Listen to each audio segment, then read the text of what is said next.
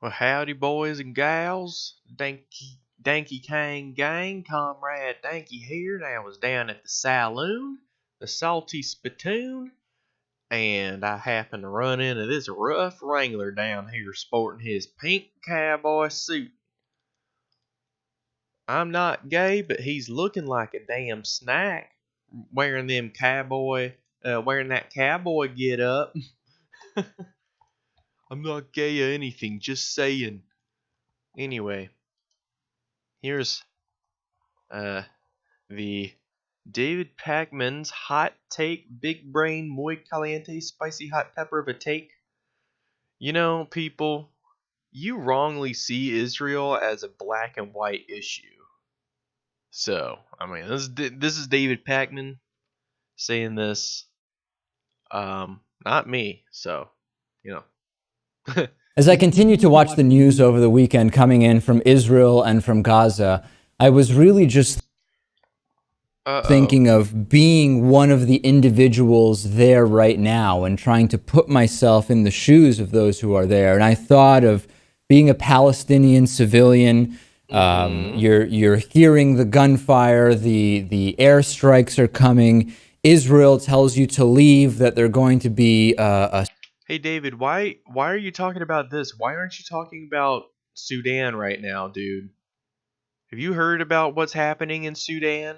striking. Hamas operatives tell you not to leave. You don't understand. Why can't we just get supplies in? Why is this blockade here?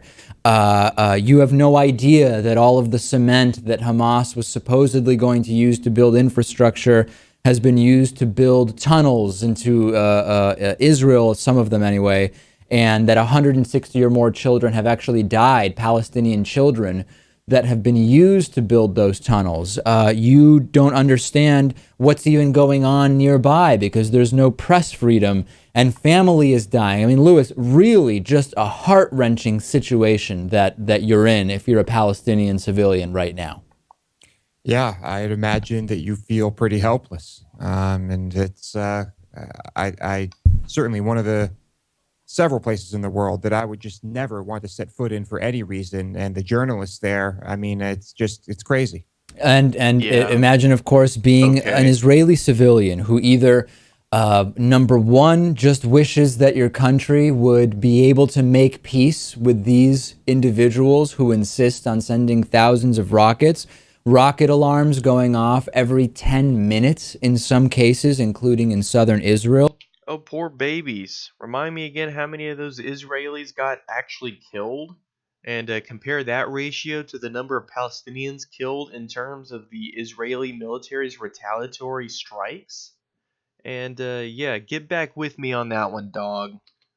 You have a right-wing government in place that, even if you mostly feel that they will keep you safe or as safe as they're able to, they've made no progress on a long-term path to peace, which you presumably would be your overall goal, right? What would make you safer than a right-wing government and rocket alarms going off every 10 minutes than actual progress on the peace process?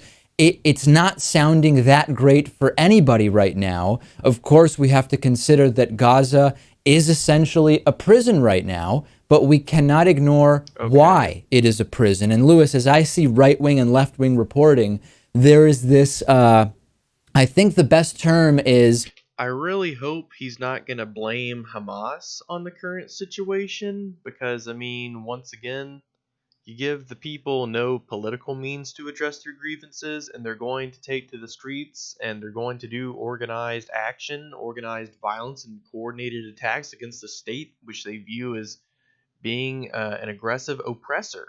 So, I mean, that's not saying that Hamas should get off scot-free and that they haven't done things that are condemnable, but compared to the sheer level of brutality imparted on Gaza by Israel itself, yeah, you can't compare it, friend. Manichaeistic reporting, which only sees this issue in black and white, and that is almost worthless. I think that the black and white framing of this issue is adding almost nothing to the discussion. If you look at my Facebook and Twitter feeds, there is... But David, David, man, apartheid in South Africa wasn't a black and white. It was a black and white issue. Slavery in the United States was literally a black and white issue. Um, World War II was a black and white issue. So how the fuck is this any different? How the fuck is Israel Palestine not a black and white issue? Like I said in my previous video, anybody with a brain inside their skull can look at the oppression of the Palestinian people imparted on them by the Israeli government and sympathize with them and say, yeah, Israel needs to be taken to task. Israel needs to be held accountable for their numerous violations of international law, which they're obliged to uphold. It's David Pakman over here trying to shift the blame, equal blame, in part due to Hamas, which is simply trying to, find any kind of organization, any kind of way out of this bullshit so-called peace process that's not going to happen. There's no way out for these people, folks. They're a cornered wolf, and a cornered wolf will attack even if wounded and even when desperate. And that's what we're seeing. Very, very little nuanced discussion. I can think of 5 or 10 people that I've seen post anything that is even remotely nuanced. Right. And I don't think it takes a lot of common sense or thought to understand the futility of one-sided thinking when it comes to an issue like this. I don't understand what that. All right, so that was Hot Take David P. on why Israel Palestine isn't really a black and white issue, guys. I guess next episode it'll be why the American slave system wasn't a black and white issue, but we'll have to stay tuned for that.